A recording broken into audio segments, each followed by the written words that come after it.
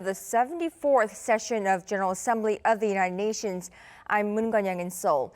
Now, over 100 heads of state, foreign ministers, and world leaders are in New York on the first day of the annual general debate taking place in the General Assembly Hall at the UN headquarters in New York. The debate of the 74th session is currently underway. As you can see, the King of Jordan is speaking at the moment. It kicked off with a statement by the UN Secretary General Antonio Guterres and the UN General Assembly President Tijani Muhammad Bande at 9 a.m. Eastern. For the next few days, world leaders will approach the podium one by one under the illuminated dome of the General Assembly Hall to advance their agendas and inevitably take swipes at their rivals. This year's General Assembly, being the 74th one since the birth of the United Nations, is one of the largest gatherings of presidents and prime ministers ever at the UN. Some of them will assemble here under one roof for the first time in years, and their job will be to wrestle with global crises, taking solid action against climate change, topping the agenda this year. Now, out of all, Tuesday's session has so far seen 11 heads of state take the podium. U.S. President Donald Trump addressed the assembly earlier in the morning, as you just saw in the monitor, and President of the Republic of Korea, Moon Jae-in, is also scheduled to take the UN podium in just moments from now, right after the King of Jordan. And in the studio with me to help us through President Moon's speech at the United Nations General Assembly is Dr. Song Se-ryun, Professor of Law at Kyung University. Welcome to the program very early in the morning here. Good morning. Good morning to you. Now, Dr. Song, so we are expecting President Moon to take his third speech or address for the third time in his third year in office, right, to speak to the General Assembly in just moments from now. Do we expect him to mainly focus on peace in the peninsula, his peace initiative, and perhaps denuclearization? I think so. Not in specifics, I guess, but this is one of the biggest diplomatic stage.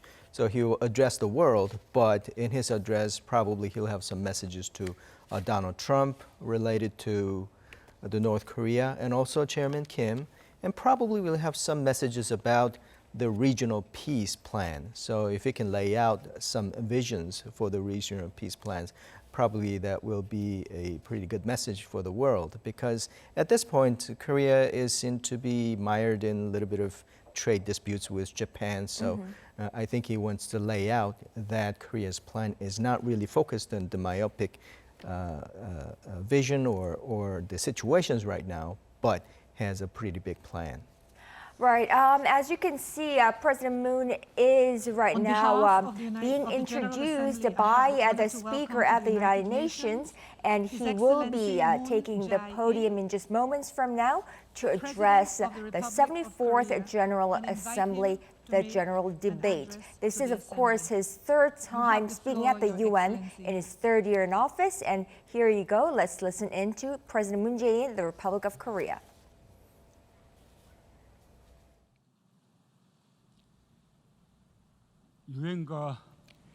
Thanks to the dedication of the United Nations and all its member states, many of the world's problems have been solved, and your efforts toward peace are coming to fruition. I would like to convey my deepest respect and appreciation.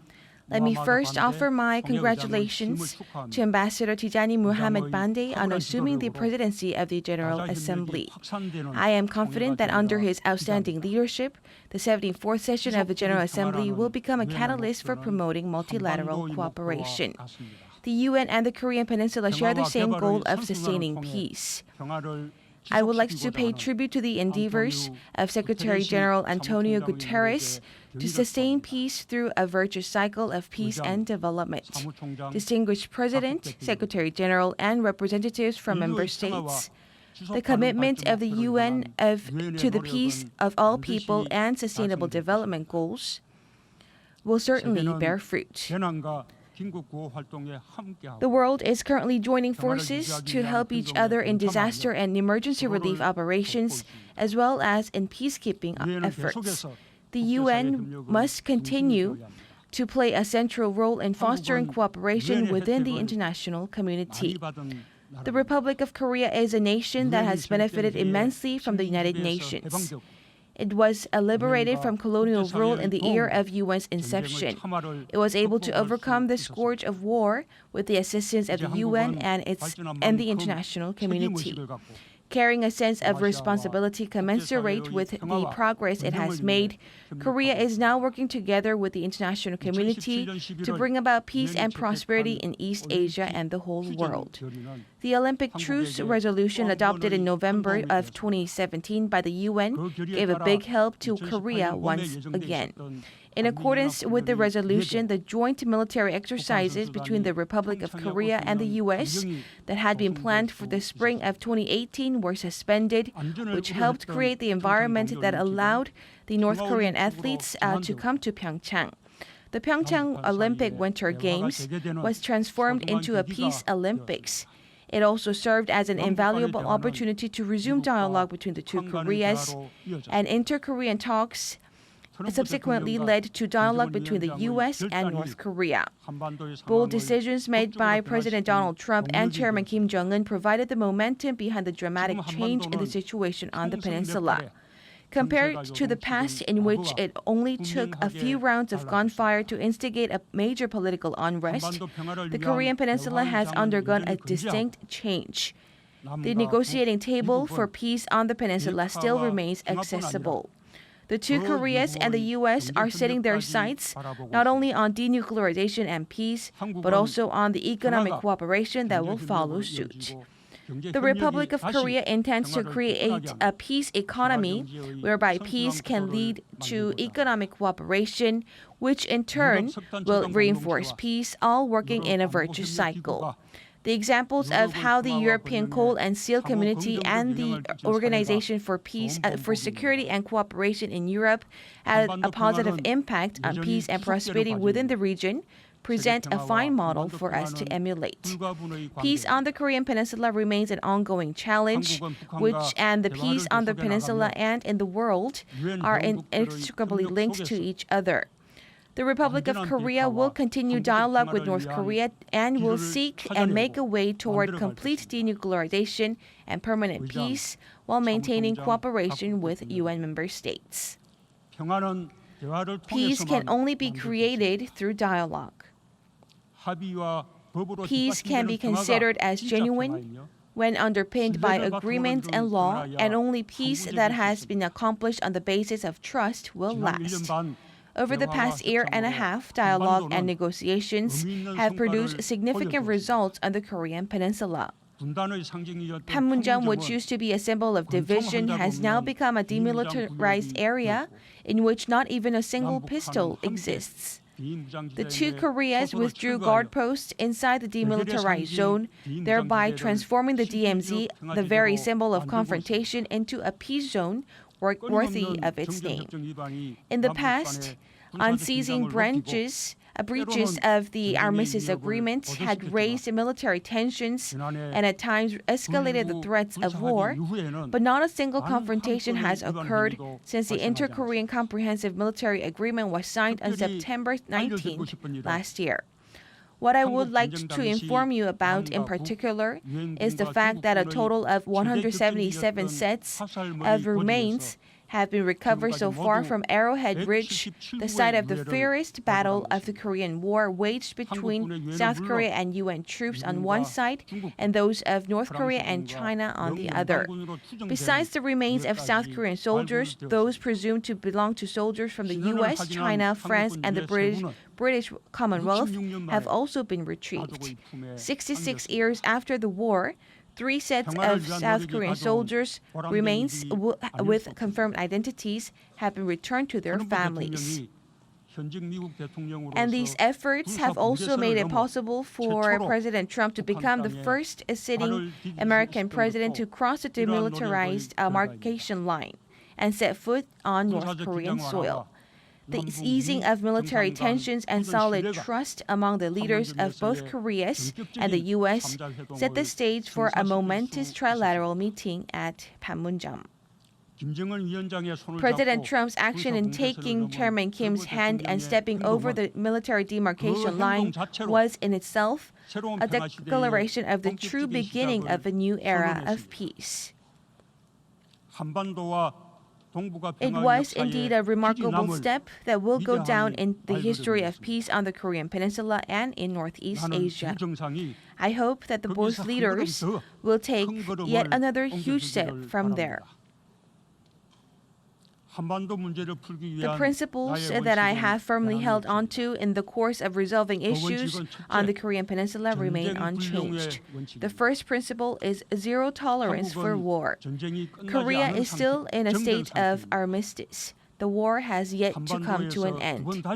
The tragedy of war should never be repeated on the Korean Peninsula. To this end, we must put an end to the longest-running armistice in human history and achieve a complete end to the war. The second principle is a mutual security guarantee. South Korea will guarantee the security of North Korea. I hope that North Korea will do the same for South Korea. When the security of both sides is assured, it will become possible to accelerate denuclearization and the establishment of a peace regime on the peninsula. At the very least, all hostile acts must be put on hold while the dialogue is ongoing. I hope that the international community will also work together to alleviate the security concerns on the Korean peninsula. The third principle is co-prosperity. Peace does not simply mean the absence of conflict. Genuine peace is all about enhancing mutual inclusiveness and interdependence while working together for co-prosperity. A peace economy in which the two Koreas take part will solidify peace on the peninsula and at the same time contribute to economic development in East Asia and the whole world. Today, based on three principles which are in complete accord with the values upheld by the United Nations, I would like to propose to the UN and all its member states the idea of transforming the demilitarized zone that cuts across the midriff of the Korean Peninsula into an international peace zone. The DMZ is a colossal green zone that stretches 250 kilometers from east to west and 4 kilometers from north to south. Its borders define a tragedy spawned by 7 decades of military confrontation, but paradoxically it has become a pristine ecological treasure trove. It has also become a symbolic space steeped in history which embraces both the tragedy of division as embodied by the joint security area, guard posts, and barbed wire fences, as well as the yearning for peace. The DMZ is the common heritage of humankind, and its value must be shared with the rest of the world. Once peace is established between the two Koreas, I will work together with North Korea to inscribe the DMZ as a UNESCO World Heritage Site. If we designate the area connecting Panmunjom and Kaesong in North Korea as a peace and cooperation district and transform it into a zone where both Koreas and the international community can jointly explore the path to prosperity on the Korean Peninsula, and if the DMZ comes to house UN offices already stationed in the two Koreas, as well as other international organizations related to peace, ecology, and culture, and emerge as a center for research on peacekeeping, arms control, and trust building, it can definitely become an international peace zone in name as well as substance.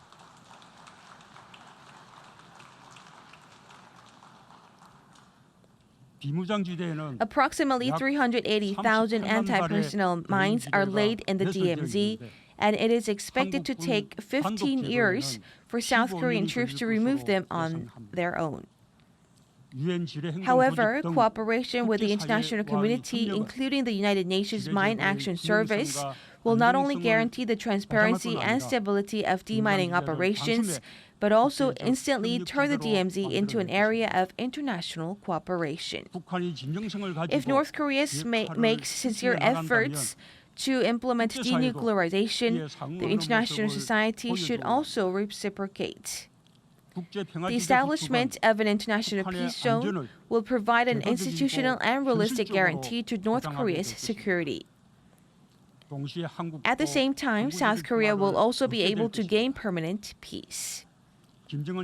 Chairman Kim Jong-un and I agreed on the peaceful use of the DMZ and on-site inspections on the current state of North Korea's railroads were conducted after the two Koreas embarked on the reconnection of the severed railroads and roads.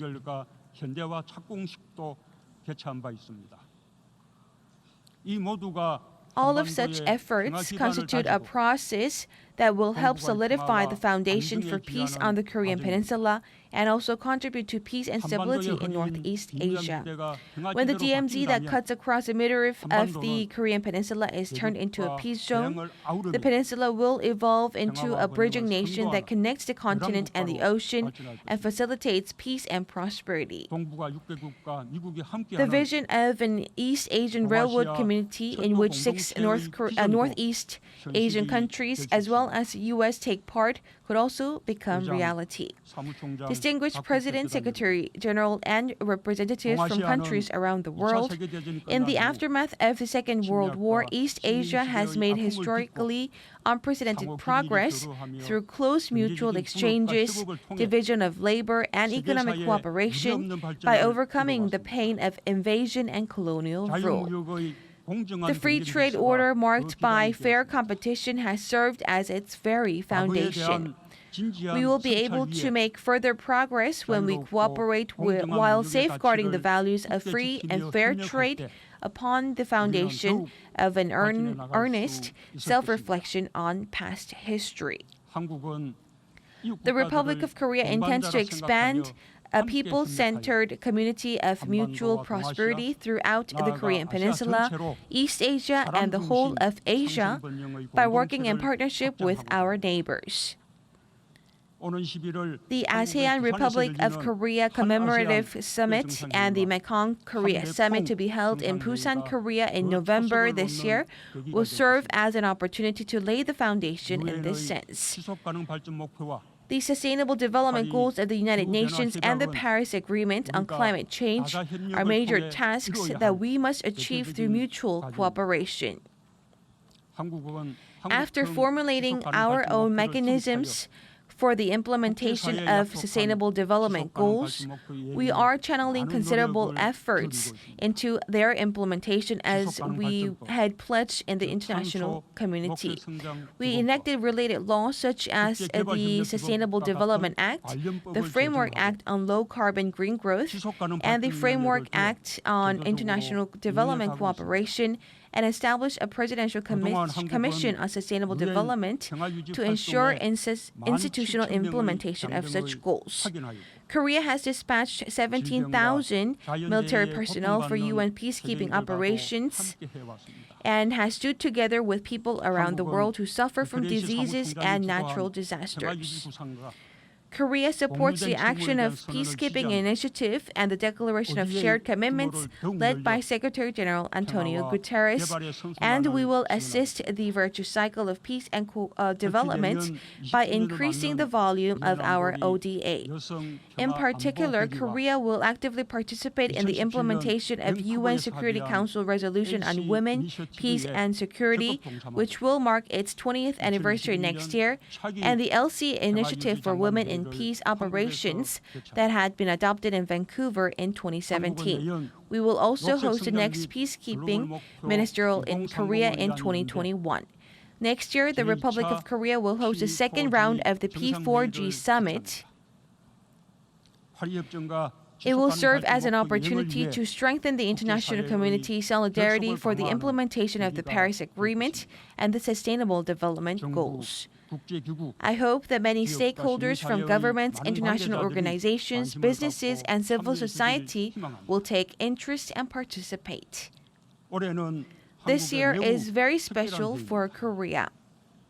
100 years ago, the Korean people launched the March 1st independence movement against Japan's colonial rule and established a provisional government of the Republic of Korea.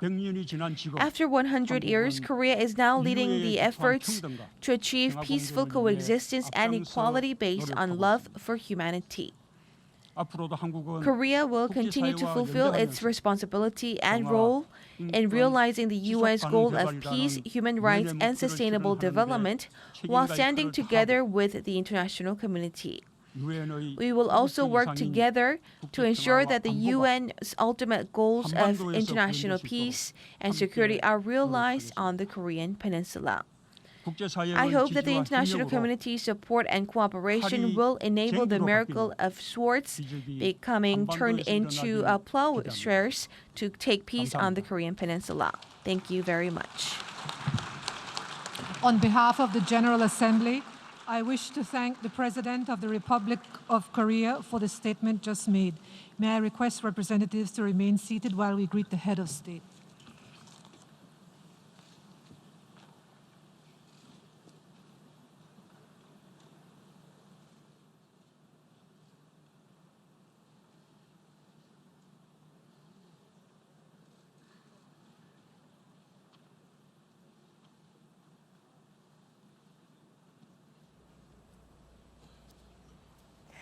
So we've just seen President Moon Jae-in address the United Nations, the 74th United Nations General Assembly, his third time speaking there in his third year in office.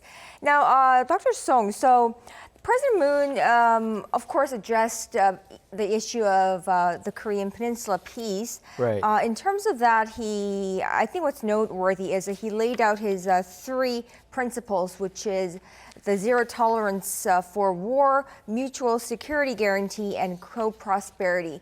In terms of that, is there anything that's noteworthy that you would like to point out? Well, it's a no-nonsense principles, especially it stresses peace by ceasing the war efforts and also mutual security guarantee, but also he stresses co-prosperity. It's more like a commercial pacifism where if you trade with people and work with people in terms of producing some good things together, probably they won't fight. So that idea, which is probably a pretty good idea because a lot of countries subscribe to it, that is, again, I think is a no-nonsense principles that not a lot of people can disagree with. So would you say that that's another nudge or a message towards North Korea saying that if you were to denuclearize, there is a path towards co-prosperity, there is economic benefits for you? Would that be a message to North Korea as well? Right. I think I would say that it's consistent, and that message has been there for a while. Probably the emphasis might be a little bit different when it comes to co-prosperity. Probably North Korea will be thinking about lifting the sanctions. Right, but, right. Of course, United States and even Korea probably wants some peace guarantees before that happens. And one of the highlights, that key points, observation points that we had been looking forward to going into President Moon's speech was whether he'll lay out what kind of a security guarantee that he and President Trump are willing to lay out on the table for North Korea. And but he did mention security guarantee. Right. So not going into specifics, probably this is not a proper venue to lay out very elaborate plans. I think that it's a good place to lay out what's the general contour of his visions. And I think he's done a pretty good job in stressing both peace and also prosperity. But he went into, in both sides, pretty good details, especially on the peace side. He talked about the demilitarized zone as a symbolic place that the world can participate in, and also talked about prosperity part, working together on the railway projects that he had some significant progress with North Korea, although that has been stopped because of sanctions. So I think that he is serious about those both points. And also he talked about Korea as a middle power, what he can contribute, what we can contribute to the world stage. So in that sense, I think he hit the the most crucial points, especially suitable to the diplomatic world stage like UN General Assembly. Right. So basically to garner support for his peace drive and peace initiative in terms of bringing North Korea back to the denuclearization table and denuclearizing the Korean Peninsula. There were also question marks on whether he'll touch upon the trade issue, the trade dispute with Japan. And I think he did so in a very diplomatic manner, would you say? Right, diplomatic, but I counted that he managed to mention colonial rule about 3 times and talked about being considerate about the past wrongs. But at the same time, he talked about considering neighbors as partners. Right. And it seemed like at one point he was inviting Japan to kind of work together in upcoming the East Asian stages and conferences. So I would be interested in what Japan thinks about the message and whether they infer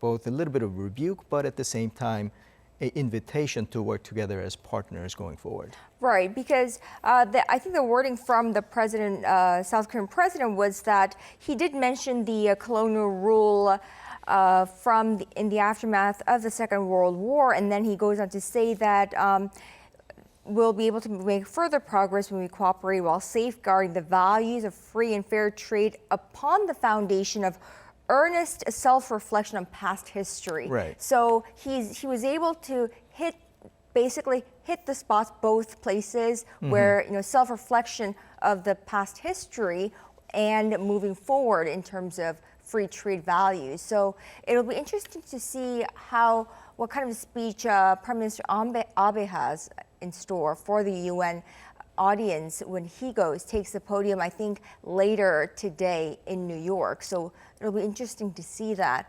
Right. He also did mention, of course, green growth, climate change. Those are certain points that President Moon and the Moon Jae-in administration, even upon taking office, has been quite keen on taking the global initiatives. So he did touch upon those. He also talked about the Olympics, the Pyeongchang Olympics, having kicked off this series of his peace drive on the Korean Peninsula. Overall, what was your impression of this well laid out speech? Were there anything new? Were there anything striking?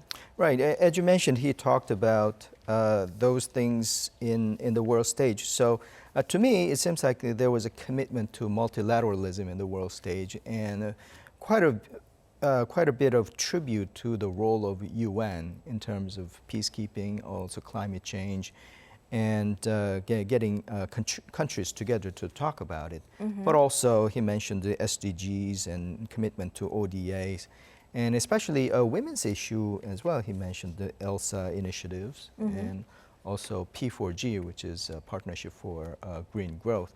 So those kind of things are commitment to multilateralism, but at the same time, the commitment that Korea will play a role as a middle power in the world.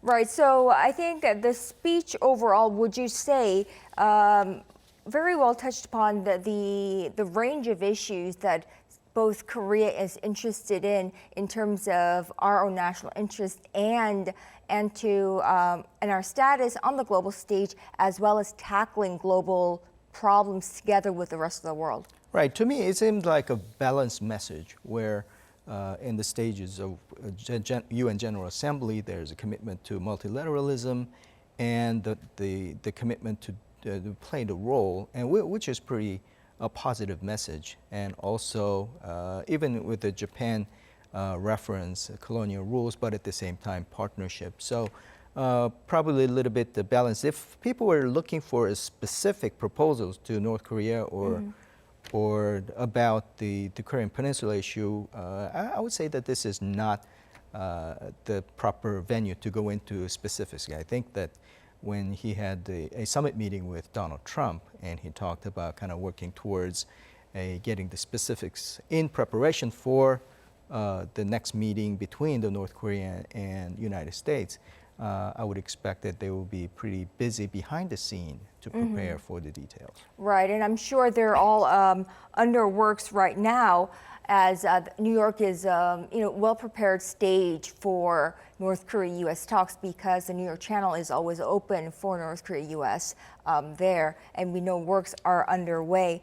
All in all, where would you say the biggest weight was in terms of his speech to the UN this time? Because it's not usual. It's not usual to see South Korean presidents go to the UN General Assembly every year. So he's been there each and every year of his term to address the United Nations. And even this time around, it was supposed to be Prime Minister Lee Nak-yeon heading to the UN, and there were basically last-minute changes, and the president decided to go and take on the UN stage. Would you say there was enough weight on this speech, or maybe his presence at the UN was important and serious and important enough to convey a message to the international audience? Do you think that was well played out? Right, I think that's exactly right. There is a certain need or a certain advantage of keeping the world attention to Korean Peninsula because of what's happening with North Korea. And probably that's what Donald Trump wants as well. So I think that the message to the world that there is a progress being made and we need everybody's attention on this and also cooperation to make the Korean peace a kind of a world thing, the shared peace that benefits the global community. I think that's part of the message with the nuclear DMZ, demilitarized making zone. a kind of a symbolic place for the whole world.